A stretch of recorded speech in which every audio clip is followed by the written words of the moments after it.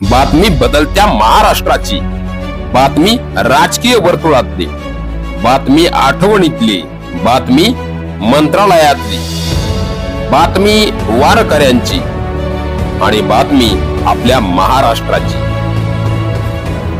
आपला महाराष्ट्र, तेज महाराष्ट्र. पाहत रहा तेज महाराष्ट्र न्यूज. स्टार्ट. सर्वांना जय शिवराय, जय भीम. कायद्याद्वारे स्थापित झाले असे भारताचे संविधान, याच्याबद्दल मी निष्ठा बाळगेल. हे लोकप्रतिनिधी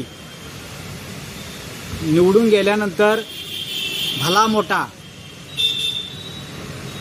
शपथविधी सोहळा त्या ठिकाणी आयोजित करतात आणि मोठमोठ्या त्या ठिकाणी शपथ्या घेतात. भारतीय संविधानाच्या पहिल्या पानावरती जी प्रास्ताविका आहे ती काय आहे नेमकी? आम्ही भारताचे लोक, भारताचे एक सार्वभौम समाजवादी धर्मनिरपेक्ष लोकशाही गणराज्य घडवण्याचा आणि त्याच्या सर्व नागरिकास सामाजिक, आर्थिक व राजनैतिक न्याय, विचार अभिव्यक्ती व विश्वास, श्रद्धा, उपासना यांचे स्वातंत्र्य. आज आपल्याला स्वातंत्र्य आहे का? लोकप्रतिनिधी म्हणून तुम्ही त्या विधान भवनात बसता, संसदमध्ये बसता, कशासाठी बसता? मी कोणत्याही जाती धर्माचा द्वेष करणार नाही, परंतु निवडून गेल्यानंतर हा हिंदू, तो मुस्लिम, हा ख्रिश्चन कशासाठी? हा हिरवा साप, तो पांढरा साप कशासाठी? ह्यासाठी तुम्ही त्या विधानसभेत बसलेला आहात का? आज आपण बघतोय की या महाराष्ट्रामध्ये मुलांना रोजगार नाही, नोकऱ्या नाहीत, शिक्षणाची चांगल्या प्रकारे सोय नाही, लाखो रुपये शिक्षणासाठी मोजावे लागतात. आज बघतोय आरोग्याची सुविधा, अनेक आजार निर्माण होत आहेत. कॅन्सर आहे, अटॅक आहे, ॲक्सिडेंटचं प्रमाण वाढलेलं आहे. अशा परिस्थितीमध्ये माणसाचं जीवन एकदम अशी बेकार झालेलं आहे. आरोग्याच्या सुविधा काय आहेत मला सांगा? शिक्षणाच्या सुविधा काय आहेत? गरिबी वाढत चालली आहे, महागाई वाढत चालली आहे. जे जनतेचे जे मूळ प्रश्न आहेत त्या मूळ प्रश्नावरती तुम्ही त्या विधान भवनामध्ये तुम्ही काहीच बोलत नाही.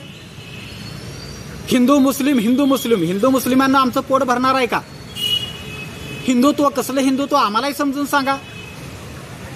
त्यानं मंगळसूत्र घातलं पाहिजे, त्यानं मंगळसूत्र नाही घातलं पाहिजे. हिनं ख्रिश्चन नवरा करायचा, त्यानं कुठला करायचा?